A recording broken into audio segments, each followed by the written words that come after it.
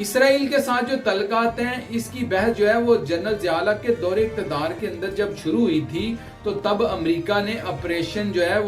وہ سائیکلون کے ذریعے افغانستان میں روسی فوجیوں جو تھے ان کے خلاف مزاحمت کرنے والے جو مجاہدین تھے ان کو اس نے اسلحہ فراہم کر کے پاکستان کے ساتھ اسرائیل کی خدمات جو ہیں وہ بھی حاصل کی تھی۔ آپ اندازہ کریں کہ کیسی پالیٹکس امریکہ نے کھیلی تھی۔ 1988 کے اندر جب محترمہ بے نظیر بھٹو کا اقتدار تھا تو ان کو اسرائیل کے ساتھ بات چیت کے چینل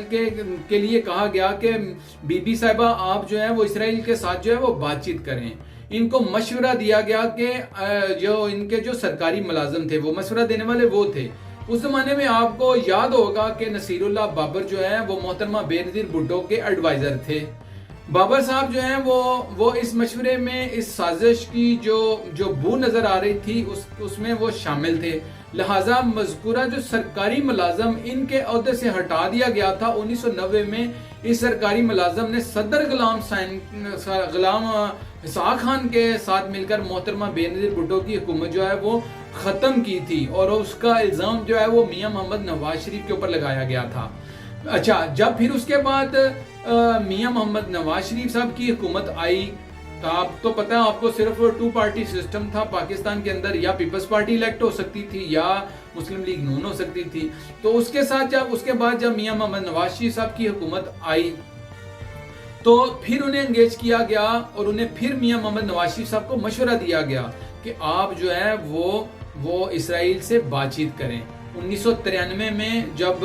محترمہ بے نظیر بھٹو کا دوبارہ دور آیا، میاں صاحب نے تو انکار کیا، اس کے بعد 93 میں جب بے نظیر بھٹو کا دوبارہ دور آیا تو انہیں پھر پیشکش کی گئی کہ اگر وہ اسرائیل کو تسلیم کر لیں گی تو پاکستان کے تمام بیرونی قرضے جو ہیں وہ معاف کر دیے جائیں گے، اور اس طرح کی ان کو جو ہے وہ لالچ دی گئی۔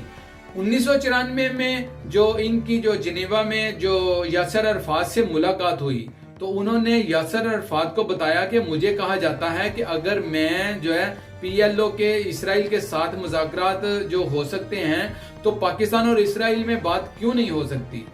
تو یاسر عرفات جو ہے وہ اس وقت پھٹ پڑے تھے،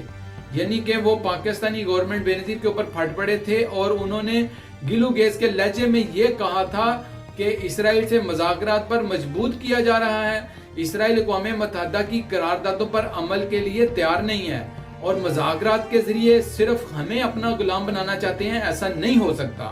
اگر پاکستان نے اسرائیل کے ساتھ دوستی کر لی تو ہم مذاکرات کے قابل بھی نہیں رہیں گے۔